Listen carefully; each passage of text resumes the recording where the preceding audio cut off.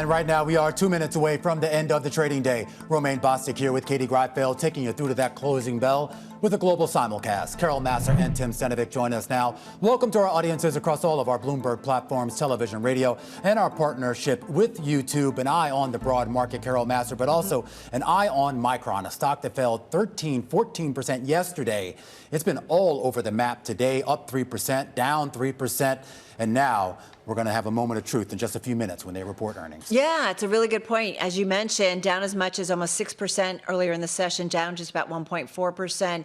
You know, what it says, CapEx spending, margin, like all these different things will matter, and whether or not it'll give kind of a little bit of some juice maybe to that AI-infused trade, or does it kind of take some more of the air out of it? Speaking of juice, you guys are talking about what the stock did yesterday and what it did today. Yeah. It's up more than 260% this year. Perspective, right? It's a lot of juice. That's a lot of juice. It's a lot of juice. I will say, though, when it comes to its earnings report, it does have a little bit of a volatile past here. It's fallen on the day after earnings in 5 of the past 6 quarters. You take a look at the options pricing right now, it looks like we're priced for a swing of more than 10% in either direction. So even with all that juice that we've seen year to date, probably some more volatility on the way. Yeah, and we should point out, we're talking about a company that's expected to report triple-digit revenue growth, triple-digit profit growth, and 80% gross margins. But as we've seen in the past, as Katie was just kind of alluded to, sometimes high expectations leads to disappointment.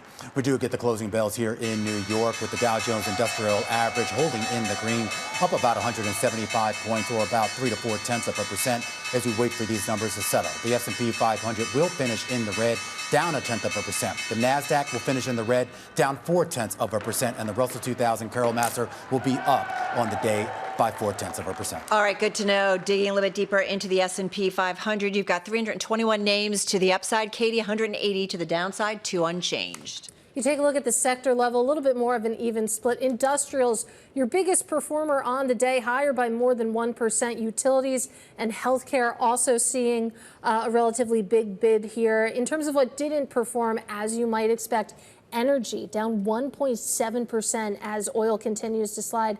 And then information technology as a sector down about 0.6%, again, as we await those Micron results. All right. I just want to point out for you to that, Carol, just so we get it out of the way, that Fed stress test of the major banks is out, all 32 banks passing that annual stress test. All right, good to know. We're waiting for Micron, expected to report any moment now. I'm just going to go to something that's not a chip company, but energy companies. We did see some of the solar companies rising in today's session. Sunrun was up as much as 31% in today's session, finished with a gain of about 12.5%. That's after the company announced a pact with Renew Home and Tesla to deliver more than 16 gigawatts of flexible energy capacity to hyperscalers and utilities. So there is a little bit of an AI trade in there. And you also saw Enphase up as much, up about 1.2%.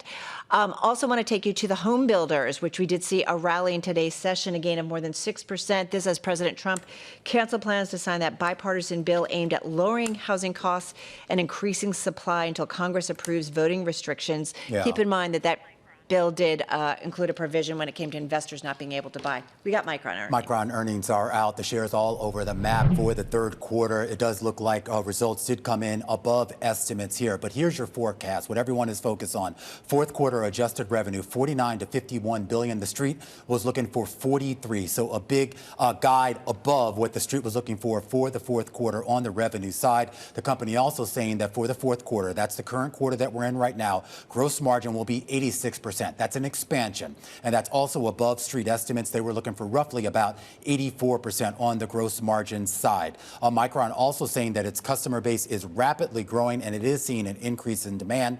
I do just want to circle back to the third quarter numbers, the quarter that just passed. It does look like a beat on that front as well. The bottom line number, third quarter adjusted EPS, $25.11. The street was looking for basically $20.49 on the revenue side as well. Katie, also a beat there at about 41.46 billion. The street was looking for roughly about 36. So a beat when it comes to their third quarter adjusted EPS, also a beat when it comes to their third quarter adjusted revenue, coming in at $41.46 billion, healthily above the estimate of $35.69 billion. You can see the shares moving higher after hours, especially when you take a look, as Romaine walked through, that fourth quarter look ahead for adjusted revenue, a range between $49 billion to $51 billion. The midpoint of that well above the estimate heading into this print, which was $43.24 billion, Carol. Got to say, the adjusted gross margin, that's a big, important number for this company, 84.9% versus 39% year over year. The estimate was 81.9%. We should expect to see margin expansion. This is something we talked about with our Mandeep Singh, this idea that the demand has been out there, the costs have been higher, so you would expect to see that increased level of profitability and certainly margins increasing. The chairman, president, and CEO of Micron, Sanjay Mehrotra, saying the record fiscal third quarter financial results and even stronger outlook for the fourth quarter reflect the strategic value of memory in the AI era. Yeah, I mean, I really focused on this margin number for the current quarter, 86% versus 83.6%. That expanded. Fourth quarter adjusted revenue coming above estimates, $49 billion to $51 billion. We're also getting some more granularity when it comes to other parts of the business, not as important to the stock move and to investors, but third quarter mobile and client revenue coming above estimates, third quarter core data center revenue coming above estimates, third quarter cloud memory revenue coming in above estimates, fourth quarter adjusted EPS, once again, $30 to $32. That's the outlook. The estimate was for $25.31. Shares up 3.5%.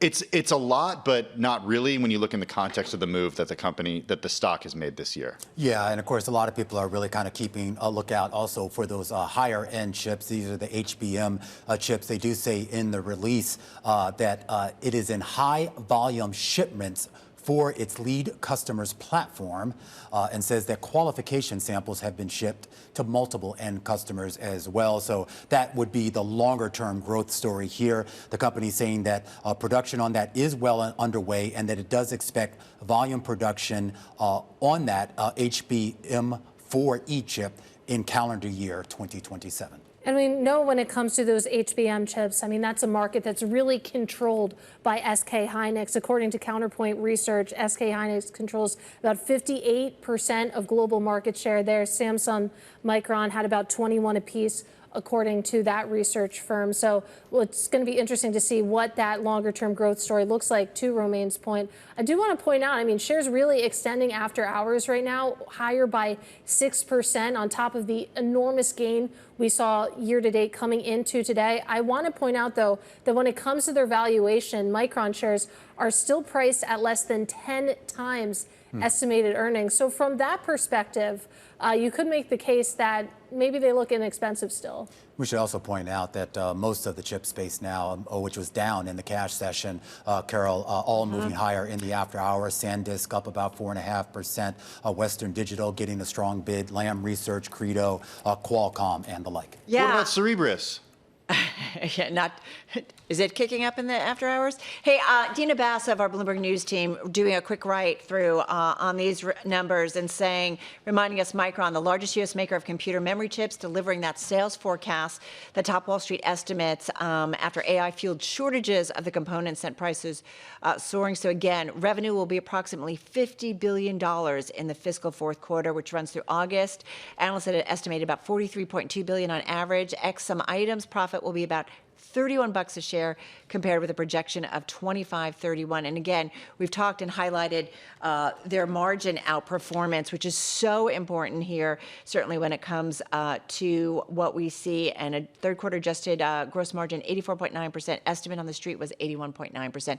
Stock now up about 8.5% here in the aftermarket. So the momentum, the upward momentum, increasing here in the after hours. Yeah, remember what this is about. It's about AI. It's about that spending spree from the data center operators that has stoked the appetite for conventional memory, but also high bandwidth memory, which works with AI systems. So this is why investors are looking at it so closely. Cameron Kreis writing today, this is the third most important company in the world after NVIDIA and Alphabet. All right, guys, we wrap and we see. It's the third biggest weighting in that Nasdaq 100. Yeah, it's a big one, right? Again, the stock just off its highs here in the aftermarket. Micron shares still up about 7.5%.